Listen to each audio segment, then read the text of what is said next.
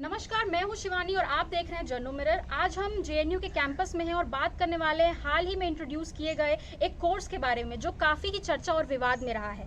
तो इस कोर्स को पिछले ही महीने 17 अगस्त को इंट्रोड्यूस किया गया और ये इंजीनियरिंग के छात्रों के लिए इंट्रोड्यूस किया गया है। जो छात्र जेईई के बाद इंटरनेशनल स्टडीज़ में रुचि रखते हैं वो इस कोर्स को पढ़ पाएंगे।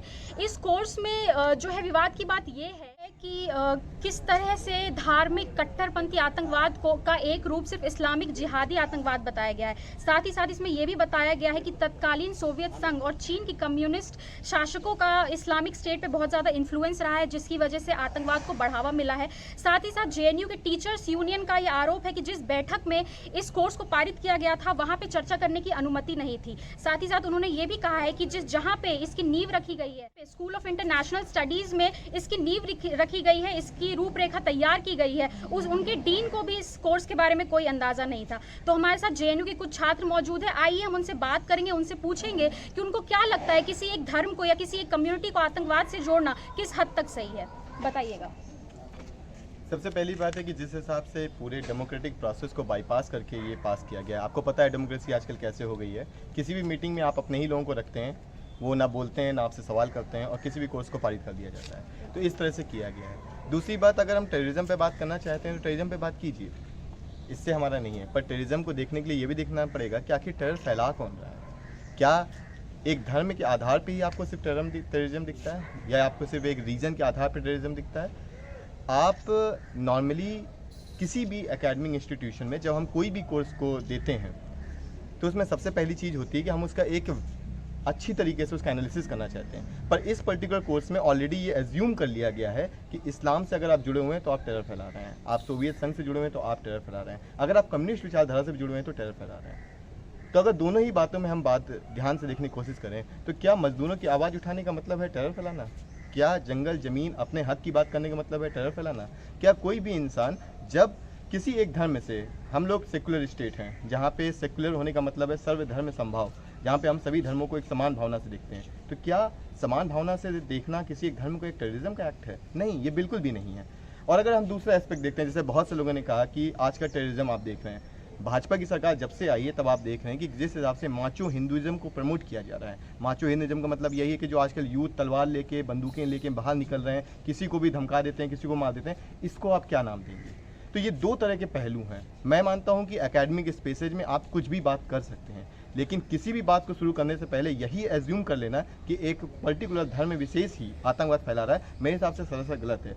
इसीलिए आप देख रहे हैं कि न केवल कैंपस के अंदर बल्कि कैंपस के बाहर भी सभी लोग इस कोर्स का विरोध कर रहे हैं। पर देखने वाली बात यह है कि वाइस चांसलर जो अपने ऊपर आकाओं के नशे में इतना पागल है, शायद मुझे लगता नहीं है कि वो इस पर कोई एक्शन लेने वाली बात है। दूसरा एक और एस्पेक्ट है, अगर आपको टेररिज्म पे ही बात करनी है तो बीटेक के ही बच्चों को क्यों चुना गया, जो बीटेक कर रहे हैं, जिन्होंने अपना पूरा समय टेक्निकल में दिया है, और अचानक से आप उनसे कहते हैं कि एक पर्टिकुलर धर्म आपको टेररिज्म फैला रहा है। आपने इस कोर्स को अगर आपको पढ़ाना ही था तो आपने इंटरनेशनल स्टडीज़ में क्यों नहीं शुरू किया गया, सोशल साइंसेज में क्यों नहीं शुरू किया, जहाँ पे स्टेप बाय स्टेप आप किसी चीज़ का आकलन करते हैं, आप एनालिसिस करते हैं।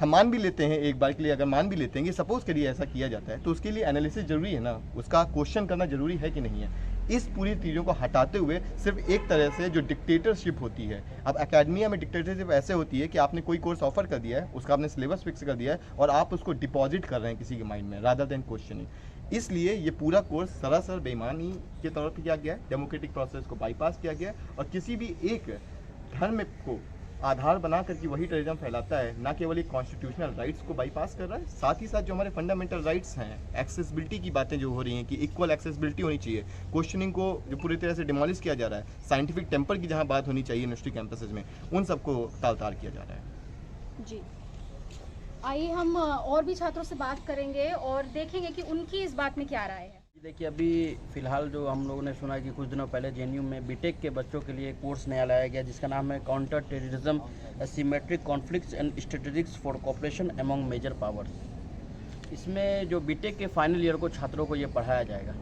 इसमें एक पॉइंट दिया गया है कि जिहादी का एक रिलीजियस होता है। ये जो पॉइंट दिया गया है ये किस लिए दिया गया है, जबकि जब हम लोग जेएनयू जैसे एकेडमिक्स में पढ़ रहे हैं जहाँ में ये सिखाया जाता है कि जिहादी जो लोग होते हैं उनका आतंकवाद का कोई धर्म नहीं होता, आतंकवाद की कोई जगह नहीं होती, आतंकवाद कहीं भी हो सकता है, आतंकवाद कभी भी हो सकता है। तो उस अगर ये कोर्स को ला के किस तरह से एक खास तबके को, एक खास मुसलमान समुदाय के छात्रों के बीच में जो नफरत फैलाने की कोशिश ये सरकार पिछले 7 सालों से लगातार करती आ रही है।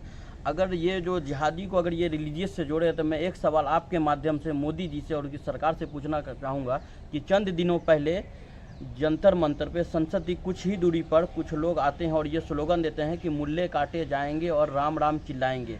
तो आप इसको किस मतलब आप इसको कौन सा जिहाद का नाम दीजिएगा?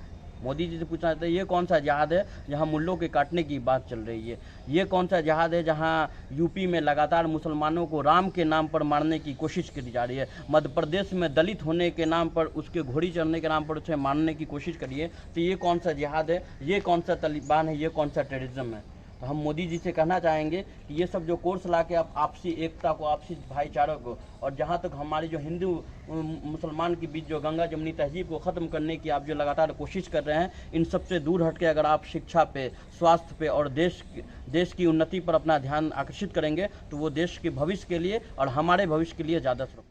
हमारे साथ बीटेक के भी एक छात्र मौजूद है, हम उनसे पूछेंगे कि आखिर जो वो इस कोर्स को पढ़ेंगे तो उनका क्या मानना है कि एक कोर्स के थ्रू किसी एक कम्युनिटी को टारगेट करना, उसको जिहाद को क्या कहते हैं टारगेट करके और आतंकवाद से जोड़ना, वो किस तरह से उनको लगता है सही है गलत है? वो इस कोर्स को पढ़ेंगे, वो क्या करेंगे, वो बताएंगे खुद। जी, बेसिकली हमारे इसमें जो मास्टर्स के लिए एक इंटरनेशनल रिलेशंस कोर्स ऑफर हो रहा है, क्योंकि हमारा एक ड्यूअल डिग्री कोर्स है तो हमको मास्टर्स भी साथ में करना है बैचलर के साथ में। सो उसमें ये एंटी जिहादी वाला कोर्स लॉन्च कर रहे हैं। सो बेसिकली अगर देखा जाए तो इंडिया एक सेकुलर कंट्री है, तो आप मतलब किसी भी धर्म के विरोध या किसी भी जाति के विरोध आप इस चीज़ को नहीं कर सकते। बट ये लोग एक तरीके से मतलब प्रोपेगेंडा लेके चले हुए हैं कि हमको मतलब जेएनयू को तो एक तरीके से बर्बाद करने के लिए पूरा है। तो आप विरोध कर रहे हैं इस कोर्स का, आपको लगता है कि अच्छा मैसेज नहीं पहुंचाया जा रहा है समाज में इस कोर्स के थ्रू, तो आप क्या करेंगे? मतलब इसको विरोध करने के लिए क्या करेंगे? आप कैसे पढ़ेंगे? क्या मतलब अपने टीचर्स को क्या करेंगे? क्या काउंटर क्वेश्चन पूछेंगे? देखिए, बेसिकली हम एज अ ओवर इंडिया बात करें, जो इंजीनियरिंग वाले जो भी स्टूडेंट रहते हैं, इंजीनियरिंग और मेडिकल वाले स्टूडेंट, वो इतना इवॉल्व नहीं रहते पॉलिटिकली अगेंस्ट जाने के लिए। सो हमारे साथ भी सेम सिचुएशंस है, क्योंकि हमारे जो मोस्ट ऑफ द स्टूडेंट्स हैं वो इस चीज़ में इवॉल्व नहीं है।